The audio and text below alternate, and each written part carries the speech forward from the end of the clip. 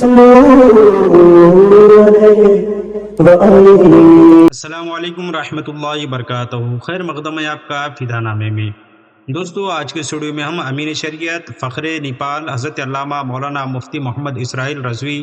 مدظ العالی المعروف فخر نیپال کا ذکر خیر کر رہے ہیں۔ اس امید کے ساتھ ویڈیو پسند آنے کی صورت میں لائک اور شیئر ضرور کریں اور فدا نامہ یوٹیوب چینل کو سبسکرائب کریں۔ اعلیٰ حضرت امام احمد رضا خان فاضل بریلوی علیہ رحمۃ رضوان کی ذات بابرکات علامہ مفتی محمد اسرائیل رضوی مدظ العالی کا پسندیدہ عنوان ہے۔ اعلیٰ حضرت کے اوصاف و کمالات، بالخصوص اعلیٰ حضرت کے عشق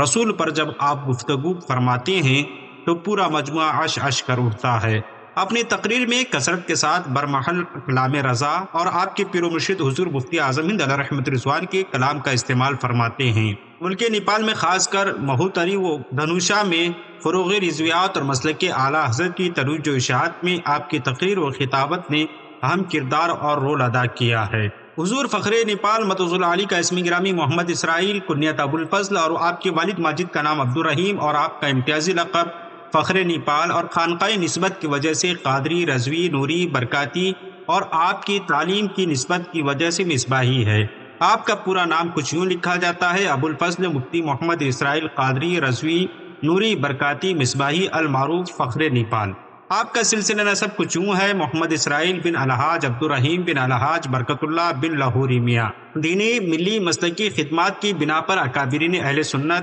خصوصاً ملک نیپال و ہند کی جانب سے عطا کردہ القابات کچھ یوں ہیں: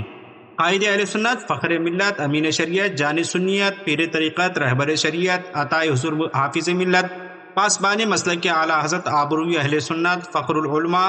بدر الفضلاء، تاج الفقہاء، عمدۃ المحققین، رئیس المتکلمین، قمر المعلمین،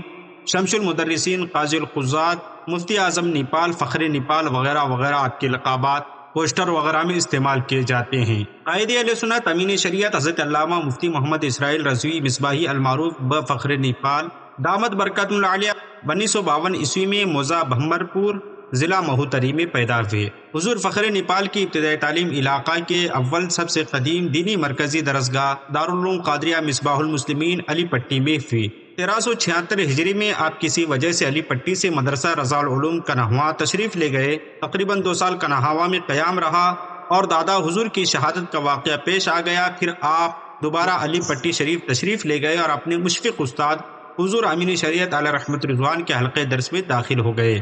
آپ کی ذہانت و فطانت اور قابلیت کے پیش نظر امین شریعت مفتی کریم الدین صاحب نے آپ کی تعلیم و تربیت کا خاص خیال رکھا اور اپنے فیضان علم سے خوب سرفراز فرمایا۔ آپ کے شوق علم اور ذوق طلب کو دیکھتے ہوئے حضور امین شریعت نے آپ کو الجامعۃ الاشرفیہ مبارک پور یوپی کا جانے کا مشورہ دیا، جس کے آگے آپ نے حکم نامہ سمجھ کر سر تسلیم خم کیا اور 1386 ہجری میں جلالۃ العلم حضور حافظ ملت کے چمنستان علم الجامعۃ الاشرفیہ میں داخلہ لیا۔ اس وقت ہند و نیپال میں زیادہ تر 3 طرح کے علماء پائے جاتے تھے: ایک فیض الغربا آرا بہار کے تعلیم یافتہ، دوسرے منظر اسلام بریلی شریف کے فارغ التحصیل اور تیسرے الجامعۃ الاشرفیہ مبارک پور کے پروردہ۔ ان کے علاوہ سنیوں کے اور بھی بہت سے بڑے مدارس تھے جن کی تعلیم و تربیت اپنی مثال آپ تھی، لیکن اکناف ہند و نیپال میں یہ 3 مدرسے کچھ زیادہ ہی مشہور اور معروف تھے،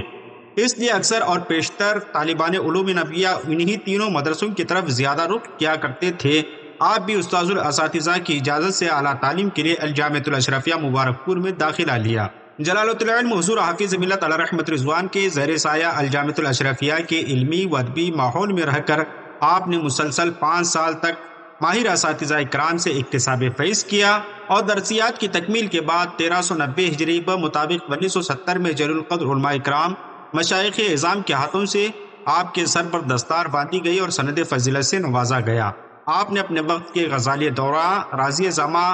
اساتذہ اور ہند و نیپال کے اکابر مشائخ کی بارگاہ میں زانوی تلمس طے کیا اور ان کے فیضان سے اپنے آپ کو خوب مالا مال کیا۔ آپ نے جن مشاہیر اساتذہ کرام کے بحر علوم و فنون سے اپنی علمی پیاس بجھائی ان کے نام کچھ یوں ہیں: حکیم زمن حضرت حافظ عبد الشکور علیہ رحمۃ رضوان، حنیف ملت مولانا حنیف صاحب قبلہ علیہ رحمہ، قطب نیپال زاہد ملت حضرت علامہ حافظ زاہد حسین علیہ رحمہ، حضرت علامہ مولانا محمد منظور علیہ رحمہ، استاذ الاساتذہ حضرت علامہ الحاج مفتی محمد کلیم الدین رضوی صاحب،